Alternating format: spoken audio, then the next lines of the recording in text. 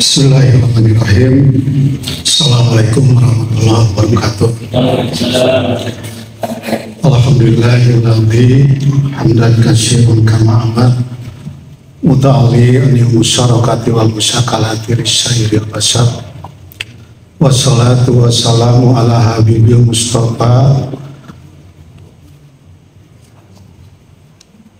wa sahibatihi ala syafa'ati wa ala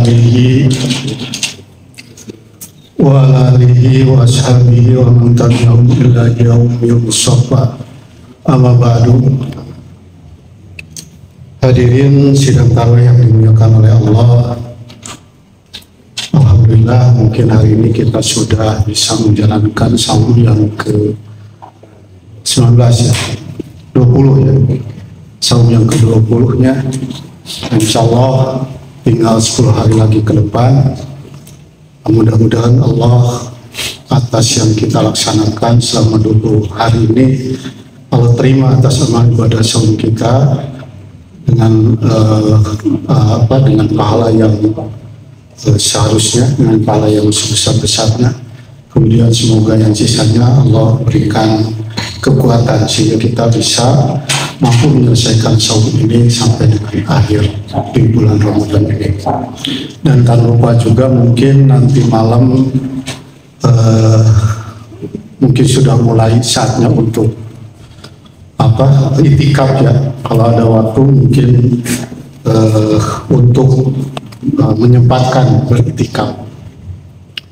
Hadirin yang dimuliakan oleh Allah, tentunya kita pada paham ya, kita pada tahu yang namanya tujuan akhir daripada saum yang diperintahkan kepada kita sebagai orang yang beriman, yaitu akhirnya itu supaya kita menjadi orang yang bertakwa. Jadi Allah itu sangat kasih sayang kepada kita selaku umatnya, terutama orang umat muslim yang beriman, karena memang perintah saum ini diperintahkan kepada orang-orang yang beriman. Dan Allah sangat sayang supaya supaya manusia yang beriman itu menjadi orang-orang yang pilihan, orang-orang yang mulia di sisi Allah. Kalau kita artikan yang namanya takwa itu secara pengertian umum itu yaitu menjauhkan diri dari segala perbuatan yang dilarang oleh Allah, kemudian menjalankan dari apa-apa yang diperintahkannya. Itu secara gamblang, secara pengertian umum. Namun demikian, marilah kita coba telusuri kaitan dengan takwa ini. Di antaranya adalah firman Allah di dalam surat Al-Imran, kalau misalnya ayat 133, disampaikan di situ, yaitu ciri-cirinya sebagai seorang bertakwa itu diantaranya alladzina idza fa'alu fahisatan alladzina yunfiquna bisyarra'i wa dharra. Jadi orang yang bertakwa itu mempunyai ciri-ciri, yaitu dia mampu menginfakkan hartanya baik dalam keadaan luas atau lapang maupun dalam keadaan sempit. Karena orang bertakwa itu dia akan selalu terketuk hatinya untuk menginfakkan hartanya, karena meyakini bahwa harta yang dimilikinya itu adalah semata-mata karena dari Allah. Jadi menyadari hal itu dalam kondisi luas atau lapang maupun kondisi sempit, dia akan senantiasa berupaya untuk menginfakkannya. Itu ciri pertama. Kemudian yang keduanya, cirinya adalah wal kadhiminal ghaidho. Ciri yang kedua yaitu wal kadhiminal ghaidho. Orang yang bertakwa itu yaitu orang yang mampu menahan amarahnya atau hawa nafsunya, terutama hawa nafsu syahwatnya, mampu menahan. Jadi mampu menahan di sini bisa diartikan bukan berarti kita harus serta-merta menghilangkan nafsunya. Itu bukan hal bukan hal yang dituju seperti itu. Bukan serta-merta menghilangkan nafsunya. Ketika kita akan marah, tahu-tahu karena kita menyadari, ya langsung hilang sama sekali kan. Bukan itu yang dimaksud. Tapi yang dimaksud dengan menahan amarah di sini yaitu mampu mengelola marah. Jadi yang dikatakan mengelola itu berarti kita boleh marah, tapi harus pada tempatnya.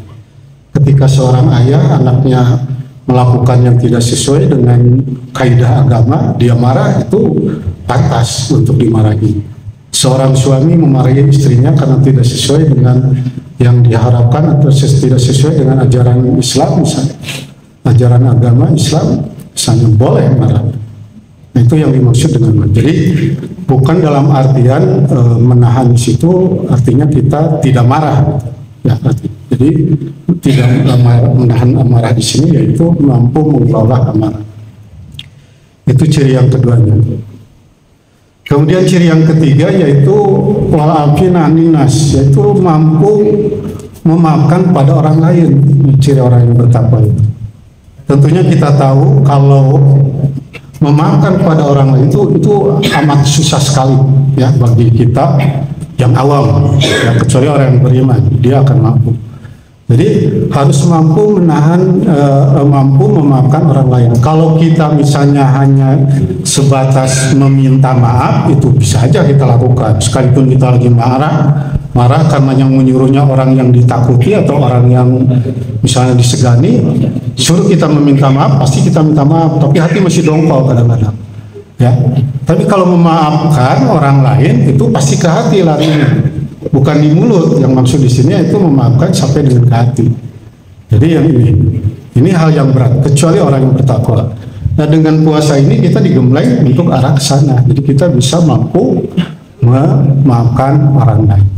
Nah, dan itulah yang merupakan hal-hal yang sangat baik ya, karena Allah itu suka kepada kebaikan.